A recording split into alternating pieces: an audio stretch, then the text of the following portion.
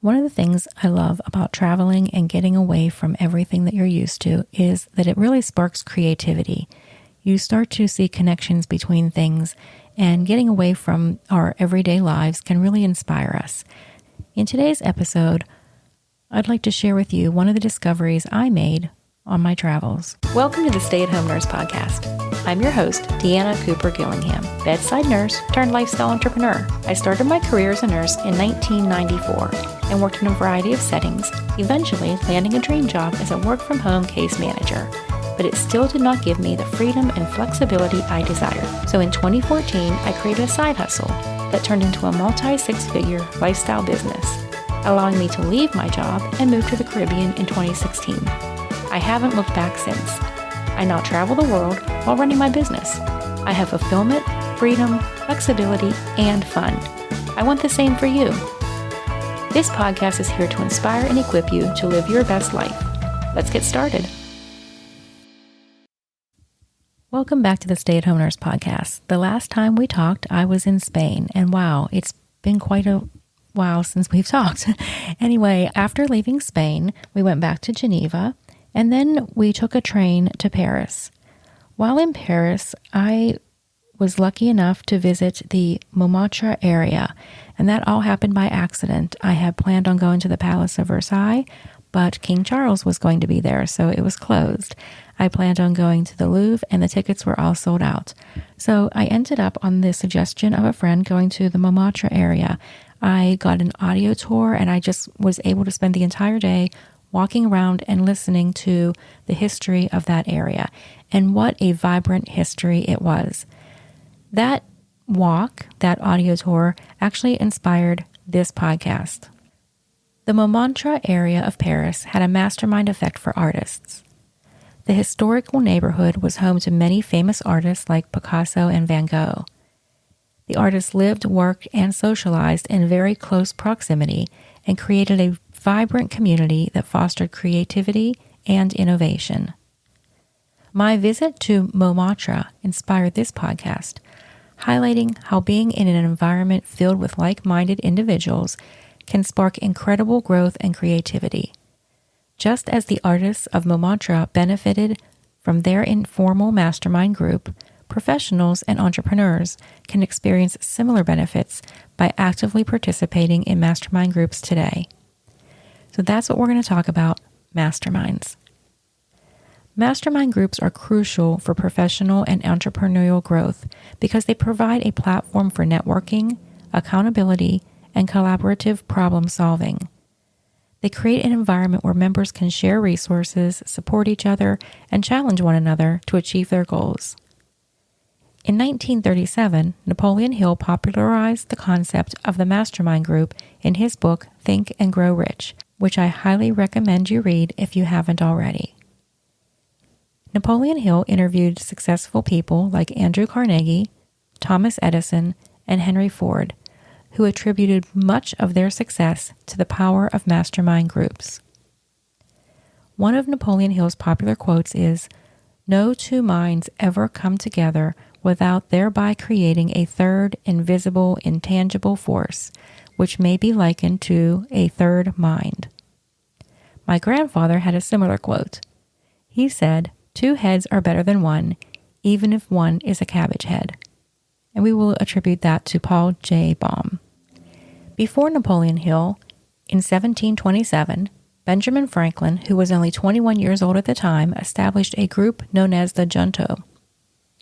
The Junto, also called the Leather Apron Club, was a mastermind group comprising a diverse range of artisans and tradesmen from various fields.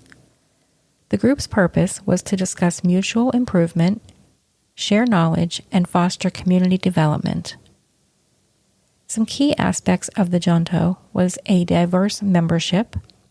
The Junto included members from different trades and professions, such as printers, surveyors, cabinet makers, and clerks, and this diversity allowed for a rich exchange of ideas and perspectives. Another aspect was regular meetings. The group met every Friday evening, and these regular meetings provided a consistent form of discussing issues, sharing insights, and supporting each other's personal and professional growth. Third, with structured discussions. So having been a part of masterminds, I know sometimes people can just go off on tangents or get friendly and they become more of a friendship than a mastermind. So to solve this, Franklin devised a set of questions to guide the discussions, which covered a wide range of topics, including morality, politics, philosophy, and scientific discoveries. These questions encouraged thoughtful dialogue and critical thinking. Now, I must admit, none of my masterminds had these topics, but we did create topics of discussion to keep things on track. Number 4, collaborative problem solving. Members of the junto used the meetings to seek advice on personal and professional problems, propose new ideas, and develop solutions collaboratively. This collective brainstorming was instrumental in driving innovation and practical problem solving. And to be honest, this is one of my favorite parts of a mastermind, is when you start talking about all together and you spark ideas off of each other and somebody brings up something that sparks something else and it's just something magical happens. And the 5th aspect of the junto was its influence extended beyond its members. The group initiated and supported various civic products in Philadelphia, such as the establishment of the first public library, improvements in public safety, and the founding of educational institutions like the University of Pennsylvania. The impact of the mastermind on Franklin and Philadelphia included personal growth, where Franklin cited the junto with significantly contributing to his intellectual and personal development. The group provided him with a supportive network that challenged him to grow and pursue his ambitions. Also, civic contributions. The collaborative effects of the junto members led to the creation of several civic organizations that had lasting impact on Philadelphia. For instance, their discussions and initiatives led to the establishment of the first lending library in America, which improved the public access to knowledge and education. Remember, this was before the days of the internet. The junto was an early example of a successful mastermind group that amplified the power of collaboration and collective intelligence.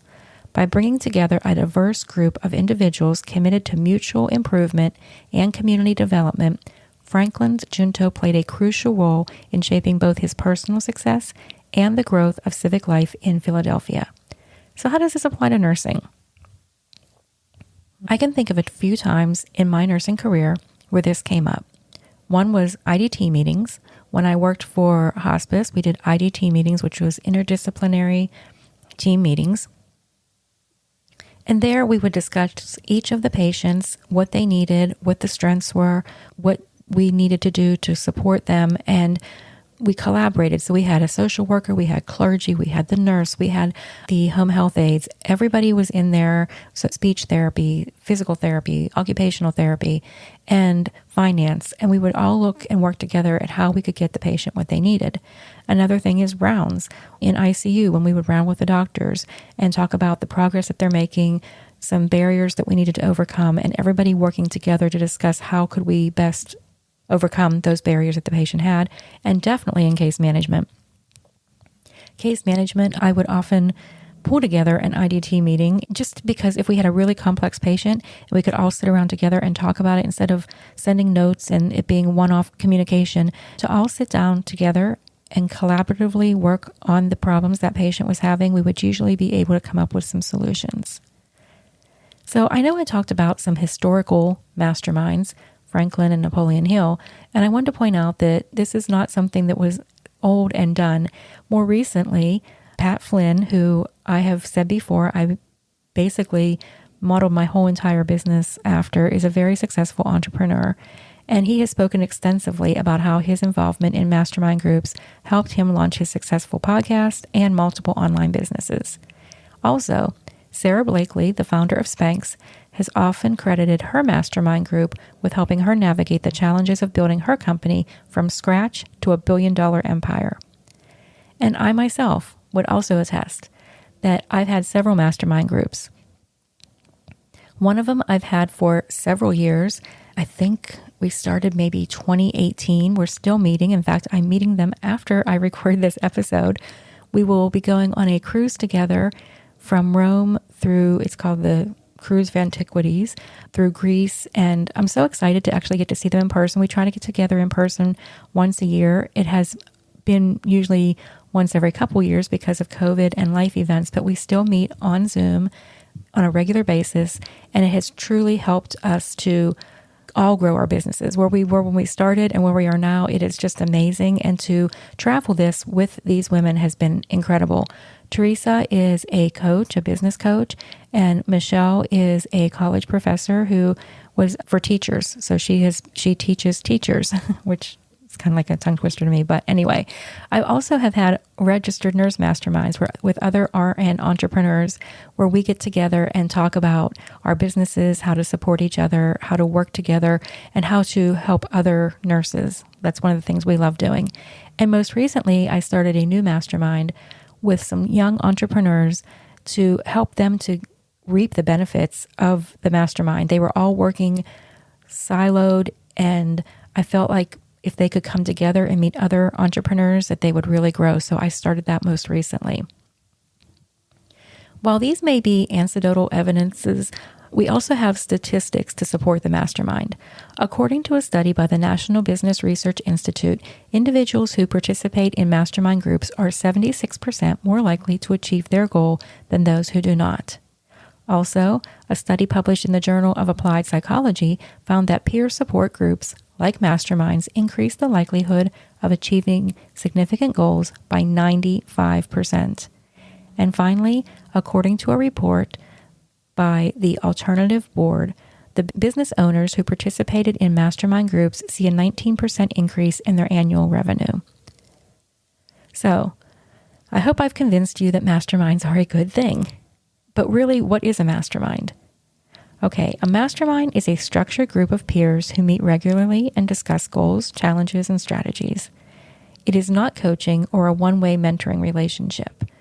And one of the myths include that it is only highly successful individuals who can join, or that it's just a networking event. As far as the highly successful individuals, I joined my first mastermind group when I was just starting my business. It was just an idea. And the mastermind group helped me to formulate those ideas and implement them. And it is definitely not a networking event. There are networking events and they have their own purpose, but a mastermind group is more than a networking event. You actually have to be dedicated to each of the people in there and wanting them to succeed as much as you want yourself to succeed.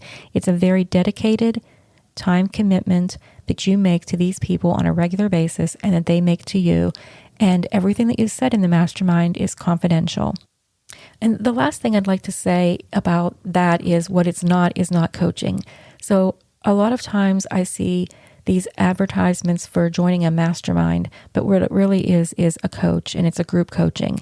And that is not a mastermind. A mastermind may have a leader who runs it, organizes it, keeps things on track, but they're not the one teaching everybody else in it. Every single person in that mastermind has an opinion and a background and experience that they bring to the mastermind that makes it special. So if it's just one person who's leading it and they're the only person giving feedback, that's a coaching and that's not a mastermind. So think of a mastermind as a symphony orchestra where each musician, member, brings their unique instrument and skills, and together they create harmonious and powerful music. So how do you benefit from a mastermind? How do you create a mastermind? How do you become part of a mastermind? To benefit from a mastermind, you have to choose the right group. And for me, in choosing my masterminds, at one time I went on a cruise where I would meet other like-minded people. I knew that it was a cruise put on by somebody that I respected, and I knew that he would have more people on there that attracted people like him. So going to events where you will find people that are interested in the same topic you are that you would like to have a mastermind about. Mine was on entrepreneurship, and I wanted to get some people who were kind of in the same stage as me where we could kind of grow together. That was my mastermind that I'll be meeting with later today, and it's still going on. You also have to participate actively. So you have to be 100% during that time that you're on the mastermind, that you're actually 100% paying attention, listening, offering support, listening to feedback that other people are giving. And you'll be surprised that even when somebody else is the focus of that particular mastermind, how much you will learn from everybody else and that you will be able to input also. Also setting some clear goals about the mastermind, about what is the topics, how do you want to help each other, and being open to feedback. You have to be coachable. You have to be not sensitive about the information that is given. That's one of the great things about the mastermind is you develop a relationship with these people and you trust them. So they have to be people that you can trust with very sensitive topics and that you trust to give you the right information for your success. And sometimes it's not what you want to hear, but you have to know that they have your best interest at heart. Another example I would like to give of a mastermind type situation. So after we finished our time in Paris, we went through some more of France, which I absolutely loved. We took the train. We then went to Prague by train, where I had COVID and rested much of that time. So I want to go back to Prague so I can actually enjoy it. Went back to Geneva, picked up our stuff, and then we went to Chiang Mai, Thailand. We were going there for a conference. It was an SEO conference, which it's a business thing. It's search engine optimization. So it's like, how do you actually, if you have a website, just because you build it doesn't mean they will come. So how do you get people to find you? And it was really interesting because there, once again, I learned how important the mastermind was. So this conference that we went to is sold out every year, and it's in Chiang Mai, Thailand. So people come from all over the world to learn SEO, search engine optimization, from these gurus. And they told the story about how this SEO workshop or conference was started. And basically, they had 10 people that got together that were all interested in this topic of SEO.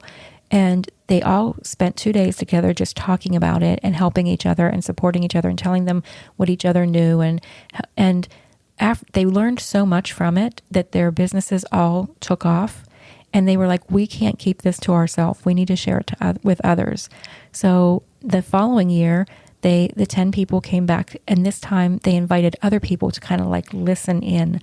And it's grown into an official conference now. Like I said, it is sold out every year. We were very lucky to get tickets last year, and we bought our tickets for this following year for 2024. We will go back, and they were sold out at the conference because in Chiang Mai, the biggest event center they have is what is being used, and there's nowhere bigger. They've outgrown it, but there's nowhere else to go. So another example of a mastermind group that came together, and now these guys are all incredible. They're all doing very well. They all have thriving businesses, but they were just 10 guys who wanted to sit around and talk about shop for a while, something that they get interested in that maybe other people around them are not interested in. And they were able to geek out about it for a couple of days, and now they are thriving. And that's what I want to see for nurses. And whether that is in a hospital setting where you can make change, find other people in other organizations. If you have a problem in your organization, can you meet with other nurses, other people in other hospitals, find out how they're doing it, how do they solve those problems? That's one of the best things about our Facebook group, the Case Managers Community, is we bring people together that are all case managers and we support each other. It's kind of sort of like a very informal mastermind group in that somebody will post a question and they have 25,000 plus other people that somebody else may have a solution for them. So while it's not formally a mastermind, it does give the benefit. And I think it would be even more beneficial for a group to meet regularly, whether it's weekly or monthly, and talk about the issues and how they can solve them. So I would like to leave you with just a few more quotes. The first one is from Helen Keller. Alone, we can do so little. Together, we can do so much. And the second one is from Warren Buffett. Surround yourself with people who push you to do and be better. No drama or negativity. Just higher goals and higher motivation. Good times and positive energy. No jealousy or hate. Simply bringing out the absolute best in each other. I love that quote because I really feel like that's what I've gotten from my masterminds. So how can you take action on this? Think about where a mastermind would benefit you to help you reach your goals. Think of some people that you would like to have in that mastermind. If you can't think of anybody offhand, start scrolling through Facebook and look at your friends. Start looking on LinkedIn. Can you find some people that maybe have the same interest you do that you could invite to a call and see if you click? Everybody's not going to click. So I recommend getting to know the person maybe in an informal way to start off. And then do what I did. Just ask them if they would like to meet on a regular basis and form a mastermind. You can even let them listen to this podcast so that they get an idea of what a mastermind is, and then you'll be on the same page. Okay, that's a wrap for this episode of the Stay at Home Nurse Podcast. I have some really exciting podcasts coming up for you, and I hope that you will be listening. We have interviewed 4 incredible nurses, and they all have a very interesting story that they're going to be sharing with you. So make sure, if you haven't already, make sure that you subscribe so you don't miss these upcoming awesome episodes.